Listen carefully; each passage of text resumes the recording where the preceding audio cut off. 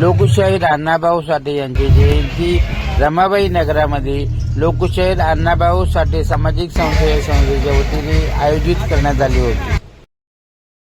आज मोठ्या उत्साहामध्ये रमाबाई नगर येथील साठेनगरमध्ये लोकशाहीर अण्णाभाऊ साठे यांची 106वी जयंती मोठ्या उत्साहामध्ये साजरी होत आहे। दरवर्षी या साठेनगरमध्ये अण्णाभाऊ साठेंच्या जयंतीचा मोठा उत्सव जोरात असतो। सर्व कार्यकर्ते इथले रहिवासी मोठ्या आनंदात ती जयंती साजरी करतात। गेल्या वर्षी आम्ही घाटकोपर वेस्टवरून एक ज्योत आम्ही इथे घेऊन आलो आणि यावर्षी सुद्धा आम्हाला तिथून ज्योत घेऊन यायची होती अण्णाभाऊ साठेंच्या घराच्या इथून, परंतु आता तिथे महाराष्ट्र शासन म्हाडातर्फे भव्य स्मारक तिथे उभारणार आहेत।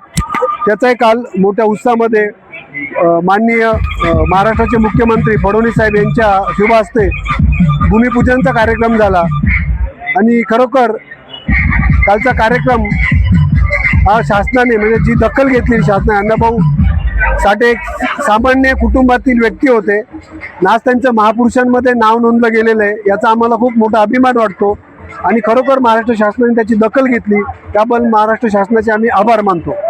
भारतरत्न मिळावा म्हणून तिकडे प्रयत्न सुरू आहे, आपला त्याबद्दल काय आहे? माझं तो खरोखर मत आहे की अण्णाभाऊ साठे यांना भारतरत्न पुरस्काराने गौरवित केलं पाहिजे, कारण की त्यांनी एक खेडेगावात येऊन मुंबईमध्ये मोठी चळवळ निर्माण केली आणि संयुक्त महाराष्ट्राच्या चळवळीमध्ये त्यांचं मोठं योगदान आहे। तेव्हा त्यांना खरोखर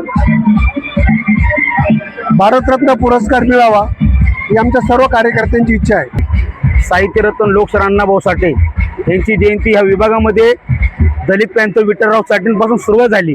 त्या माता रमाबाई आंबेडकर नगरामध्ये राजाभाऊ गांगुडे असतील, असे अनेक जुने कार्यकर्ते ज्यांनी हा पायंडा त्या रमाबाई आंबेडकर नगरात चालू केला।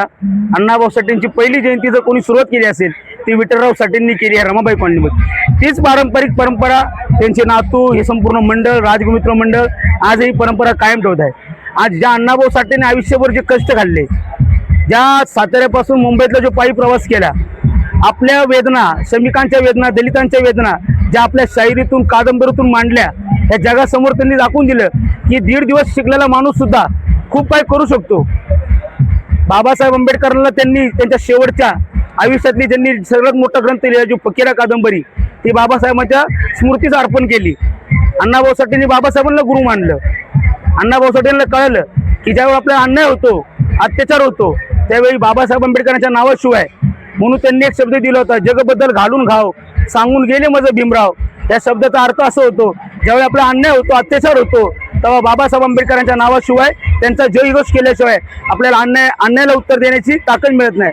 अण्णाभाऊ साठेंचं जीवन पूर्ण त्यागमय होतं, संपूर्ण प्रवास गरिबीत होता, परंतु शिक्षणाची ओढ आणि गरिबी असल्यामुळे परंतु अण्णाभाऊंनी शब्दाचा अभ्यास करून इथल्या गिरणी कामगार असू, इथला श्रमिक असू, इथला दलित असू, त्यांच्यावर अभ्यास केला। ही मुंबई आज महाराष्ट्राला मिळाली अण्णाभाऊ साठेंचं खूप त्याच्यामध्ये श्रम आहे। खूप म्हणजे अण्णाभाऊ साठेंनी ज्यावेळी मुंबईमध्ये व्यापारी वर्ग होता, मुंबईमध्ये ज्यावेळी काही ठिकाणी दळणवळण व्हायचे, आंदोलन व्हायचे हुतात्मा चौकामध्ये, त्यावेळी अण्णाभाऊ साठेंनी ही मुंबई वाचावी म्हणून ज्यावेळी या देशाला स्वातंत्र्य मिळालं, त्याच्या दुसऱ्या दिवशी अशाच पावसामध्ये 60 ते 70 हजार लोकांना घेऊन अण्णाभाऊ साठे आझाद मैदानच्या मैदानात जाऊन म्हणले होते, हे आझादी झुटी आहे। विठ्ठलराव साठे यांच्या मार्गदर्शनाखाली मी इथे पहिला छावणी प्रमुख झालो होतो आणि तेव्हापासून विठ्ठलराव साठेने या रमाबाई कॉलनीमध्ये लोकशाहीर अण्णाभाऊ साठे यांची जयंती साजरी केली।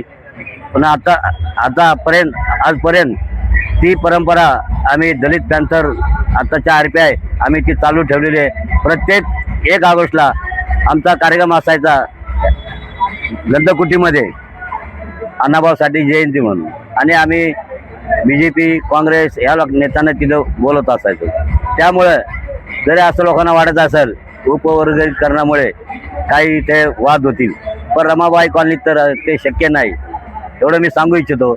आणि शाहीर रत्न अण्णाभाऊ साठे कालच घाटकोपर चिरागनगर त्यांच्या पार्श्ववाडी या ठिकाणी वास्तव होतं, त्या ठिकाणी BJPच्या वतीने जे स्मारक बांधण्यात येत आहे, त्या स्मारकास ज्यांनी कार्यकर्ते